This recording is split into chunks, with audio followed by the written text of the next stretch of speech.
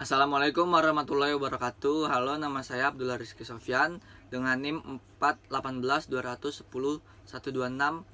Kali ini saya akan menjelaskan atau mempresentasikan soal ujian akhir semester konsep sistem informasi dengan jawaban saya. Soal yang pertama dengan bagian A, yaitu perubahan dan penggunaan pendukung keputusan dalam bisnis. Dan saya menjawab, sistem pengambilan keputusan atau SPK yang biasa disingkat kalau menggunakan bahasa Inggris itu adalah DSS atau Decision Support System adalah bagian dari sistem informasi berbasis komputer, termasuk sistem basis pengetahuan atau manajemen pengetahuan yang dipakai untuk mendukung pengambilan keputusan dalam suatu organisasi atau perusahaan. Jadi DSS atau SPK ini adalah sebuah sistem yang memberikan pertimbangan kepada bagian manajer sampai ke direktur atau pemilik saham dalam perusahaan untuk memutuskan sebuah kebijakan tertentu dalam perusahaan. Definisi secara umum, DSS adalah sebuah sistem yang mampu memberikan kemampuan baik kemampuan pemecahan masalah maupun kemampuan perkomunikasian untuk masalah semi terstruktur. Definisi secara khusus, DSS adalah sebuah sistem yang mendukung kerja seorang manajer maupun sekelompok manajer dalam memecahkan masalah semi terstruktur dengan memberikan informasi ataupun usulan menuju pada keputusan tertentu. Soal nomor 1 yang B adalah pelaporan sistem informasi manajemen. Dan jawaban saya, sistem pelaporan manajemen atau Management Reporting System atau MRS menyediakan informasi yang diperlukan oleh manajemen untuk merencanakan dan mengendalikan aktivitas bisnis. MRS memperoleh data keuangan dan non-keuangan dari kegiatan operasional dan dari buku besar umum tradisional. Oleh karena itu, MRS dapat berupa sistem yang berdiri sendiri atau diintegrasikan dengan aplikasi SIA lainnya seperti sistem entry pesanan atau sistem pengadaan atau procurement system. Aplikasi MRS bersifat bebas atau discretionary, baik aplikasi maupun isi waktu atau format informasi yang dihasilkan tidak ditentukan atau diwajibkan oleh badan otoritas. Fungsi, tingkat, dan jelas keputusan manajemen. Fungsi perencanaan dan pengendalian manajemen secara mendasar mempengaruhi sistem pelaporan manajemen. Fungsi perencanaan berkaitan dengan pengambilan keputusan tentang aktivitas-aktivitas akan dating dari suatu perusahaan. Perencanaan dapat dilakukan untuk jangka panjang atau jangka pendek. Keputusan perencanaan dan pengendalian sering diklasifikasikan dalam 4 kategori, yaitu perencanaan strategis, perencanaan taktis, pengendalian manajerial, dan pengendalian operasional. 1. Fungsi keputusan perencanaan strategis. Yang pertama, menetapkan maksud dan tujuan perusahaan. Yang kedua, menentukan ruang lingkup aktivis bisnis seperti pangsa pasar yang diinginkan, pasar yang diinginkan dimasuki atau ditinggalkan, tambahan lini produk baru dan penghapusan produk lama, serta keputusan mengedarkan akuisisi. Selanjutnya, menentukan dan memodifikasi struktur organisasi. Dan yang keempat, menetapkan filosofi manajemen. Dan soal nomor 1 bagian C adalah sistem informasi. Pengertian sistem informasi adalah sistem informasi merupakan sistem yang menyediakan informasi untuk manajemen dalam mengambil keputusan dan juga untuk menjalankan operasional perusahaan. Sistem tersebut merupakan kombinasi dari orang-orang, teknologi informasi, dan prosedur-prosedur yang terorganisasi. Tujuan sistem informasi. Tujuan dari sistem informasi untuk menghasilkan informasi. Sistem informasi merupakan data yang diolah menjadi bentuk yang berguna bagi penggunanya. Data yang diolah saja pun tidak cukup apabila dikatakan sebagai suatu informasi. Untuk dapat berguna, maka harus tersedia 3 pilar seperti berikut. Yang pertama, relevance, tepat kepada orangnya. Yang kedua, timeless, tepat waktu. Yang ketiga, akurat atau tepat nilainya. Apabila 3 hal tersebut tidak terpenuhi, maka informasi tidak dapat dikatakan berguna, melainkan sampah atau garbage. Selanjutnya, fungsi sistem informasi, meningkatkan aksesibilitas data secara efektif dan efisien kepada pengguna tanpa dengan perantara sistem informasi. Yang kedua, menjamin ketersediaan kualitas dan keterampilan dalam memanfaatkan sistem informasi secara kritis. Yang ketiga, memperbaiki produktivitas aplikasi pengembangan dan pemeliharaan sistem. Yang keempat, memperbaiki produktivitas aplikasi dan pengembangan sistem. Yang kelima, menetapkan investasi yang hendak diarahkan pada sistem informasi. Yang keenam, mengantisipasi dan memahami akan konsekuensi ekonomi. Yang ketujuh, mengidentifikasi kebutuhan mengenai keterampilan pendukung sistem informasi. Dan yang ke-8, mengembangkan proses perencanaan yang efektif. Selanjutnya, soal nomor 2 dengan bagian A, yaitu model komponen sistem informasi dalam membantu menyelesaikan dan menemukan solusi untuk masalah bisnis sederhana. Dan jawaban saya yaitu 1. Komponen input. Hal-hal yang termasuk dalam komponen input ini meliputi kumpulan data-data. Dalam komponen ini harus ada semacam metode secara media serta media untuk mengumpulkan data-data yang nantinya akan diolah menjadi informasi. Data-data yang dimasukkan biasanya berupa dokumen-dokumen dasar. Yang kedua, model komponen model. Selanjutnya sistem informasi juga membutuhkan komponen-komponen model. Komponen yang satu ini terdiri dari kombinasi antara prosedur, logika, serta model matematik yang berfungsi manipulasi dan mengolah data input atau data yang tersimpan setelah melalui komponen ini. Diharapkan data yang diolah akan menghasilkan keluaran atau informasi yang diinginkan. Yang ketiga, komponen input. Setelah melalui komponen model dan data atau informasi keluar melalui komponen output. Dalam komponen output, informasi yang keluar sudah sesuai dengan apa yang dibutuhkan. Semua pemakai sistem bisa menggunakan data yang berkualitas tersebut. Soal nomor 2 yang B, yaitu deskripsikan dan berikan langkah SI. Yang keempat, komponen teknologi. Teknologi menjadi semacam toolbox dalam sebuah sistem informasi. Teknologi ini digunakan untuk menerima input, menjalankan model, menyiapkan sekaligus mengakses data, menghasilkan keluaran hingga membantu pengendalian dari seluruh sistem. Teknologi yang canggih adalah modal utama sebuah sistem. Yang kelima, komponen hardware. Hardware atau perangkat keras berfungsi untuk alat penyimpanan informasi. Hardware adalah tempat menampung database untuk memperlancar kerja sistem informasi. Yang keenam, komponen software. Software atau perangkat lunak merupakan tempat yang berfungsi untuk mengolah, menghitung, sekaligus memanipulasi data. Software mengambil data dari hardware untuk menciptakan sebuah informasi yang berkualitas. Selanjutnya nomor 3 dengan bagian A. Bagaimana pembuatan prototipe dapat memperbaiki proses pengembangan sistem? Dan jawaban saya adalah prototipe adalah proses membangun model suatu sistem. Dalam hal sistem informasi, prototipe digunakan untuk membantu perancangan dan dalam membangun sistem informasi yang intuitif dan mudah dimanipulasi oleh pengguna akhir.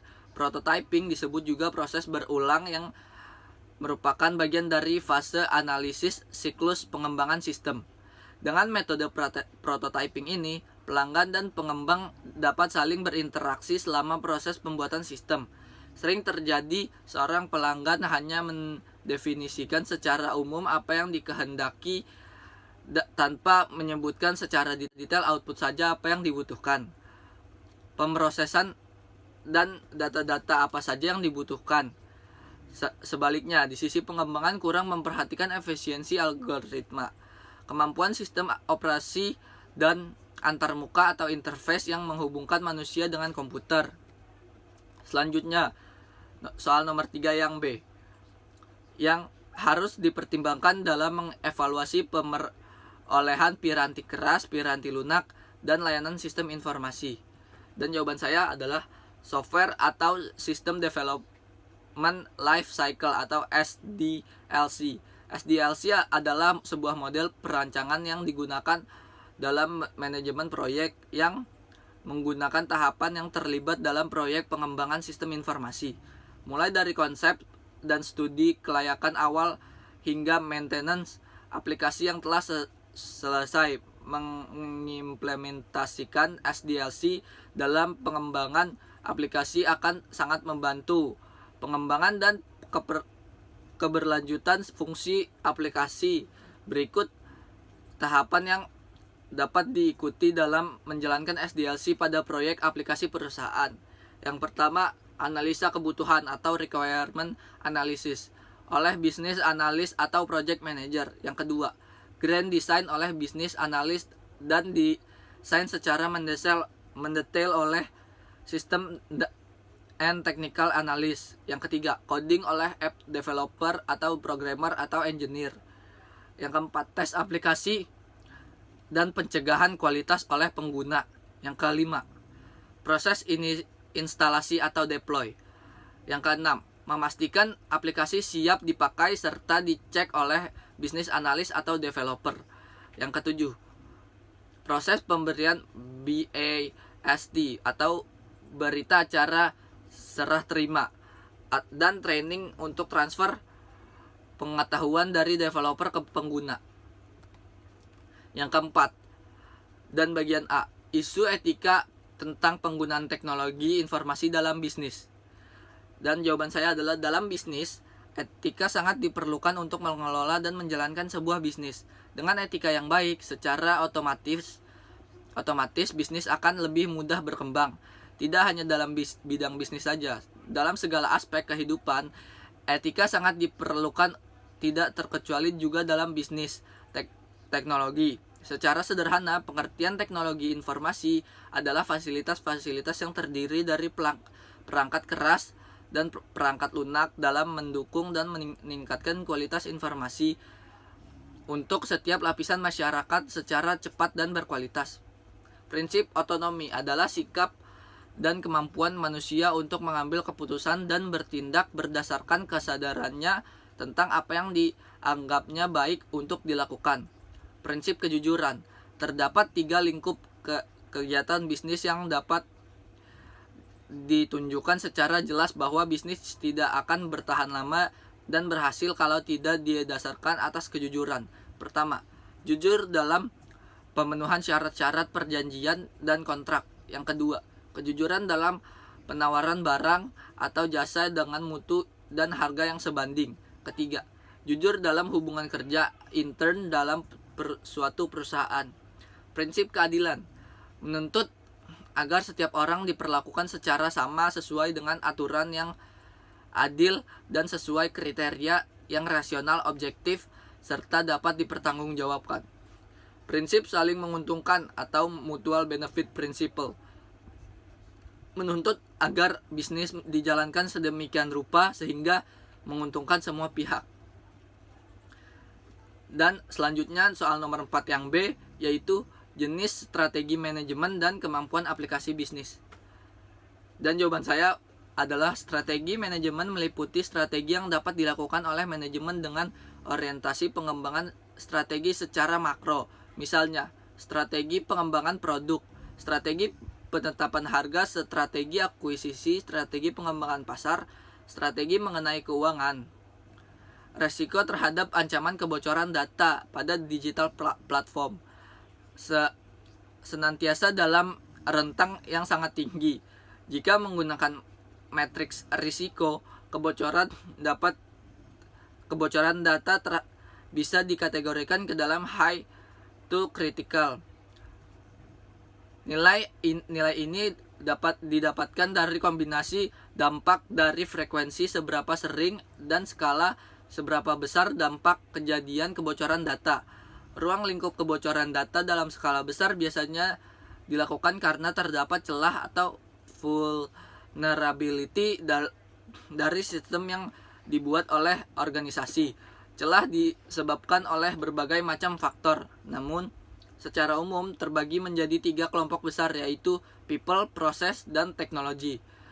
Yang pertama, people. Kebocoran terjadi karena human error atau kelalaian manusia, biasa dari sisi pengembang atau pengguna.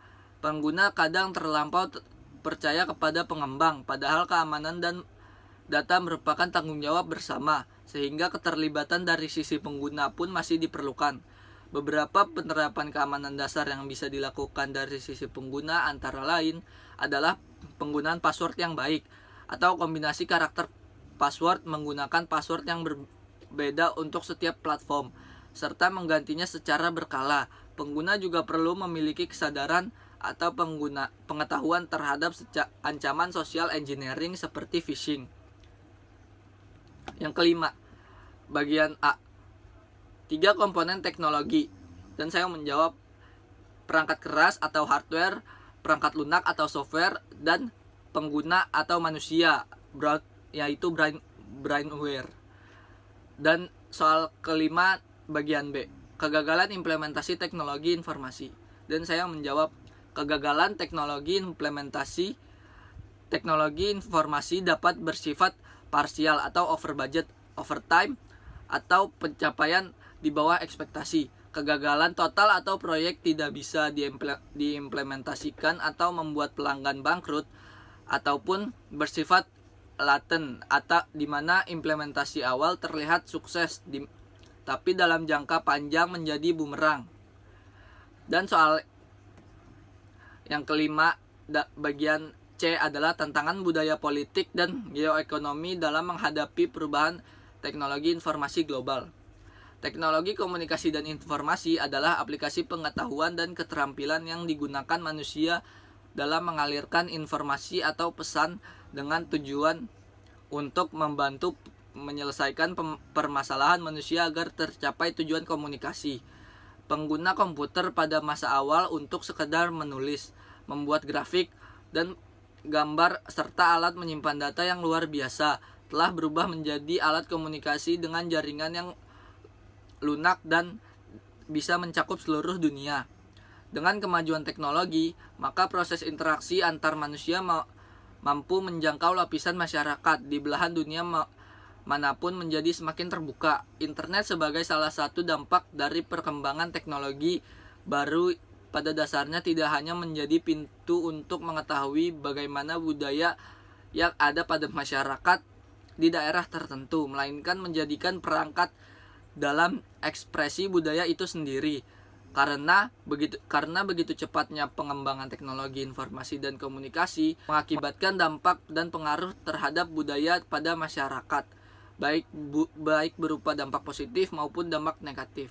Salah satu aspek kehidupan yang paling terpengaruh dengan perkembangan ini adalah aspek kebudayaan masyarakat yang sedikit demi sedikit mengalami pergeseran. Dan soal nomor 5 yang bagian D, pertimbangan dalam memilih aplikasi, platform, teknologi informasi secara kebijakan akses, data, dan metode pengembangan sistem oleh pihak manajemen perusahaan. Dan jawaban saya adalah tujuan utama aplikasi.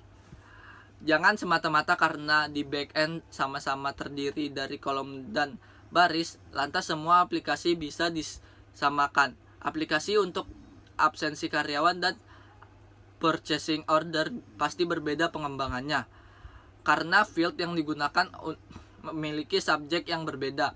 Pastikan tujuan aplikasi ditentukan secara jelas di awal untuk menentukan keperluan pengembangan aplikasi dan apa saja yang diperlukan yang perlu disiapkan.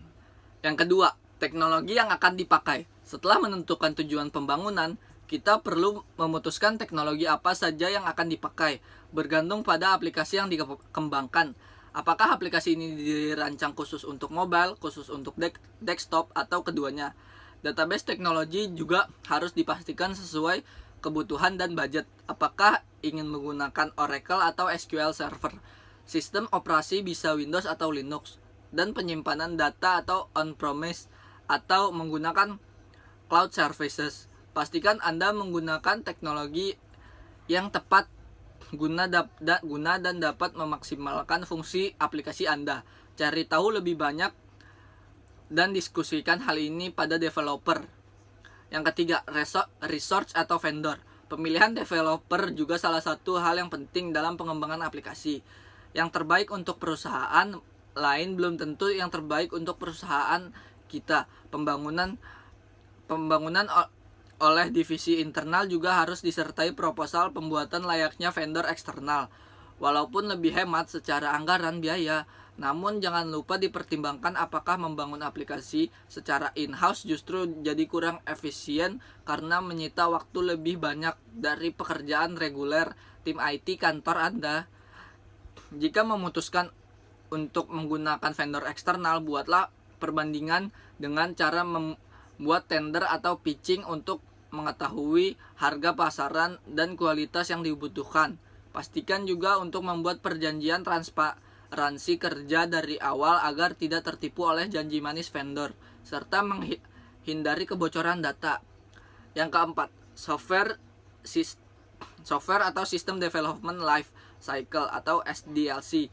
SDLC adalah sebuah perencanaan yang digunakan dalam manajemen proyek yang menggambarkan tahapan yang terlibat dalam proyek pengembangan sistem informasi, mulai dari konsep, studi kelayakan awal hingga maintenance aplikasi yang telah sesuai. Mengimplementasi SDLC dalam pembangunan aplikasi akan sangat membantu pengembang dan keberlanjutan fungsi aplikasi. Sekian dari saya, kurang lebihnya mohon maaf. Assalamualaikum warahmatullahi wabarakatuh.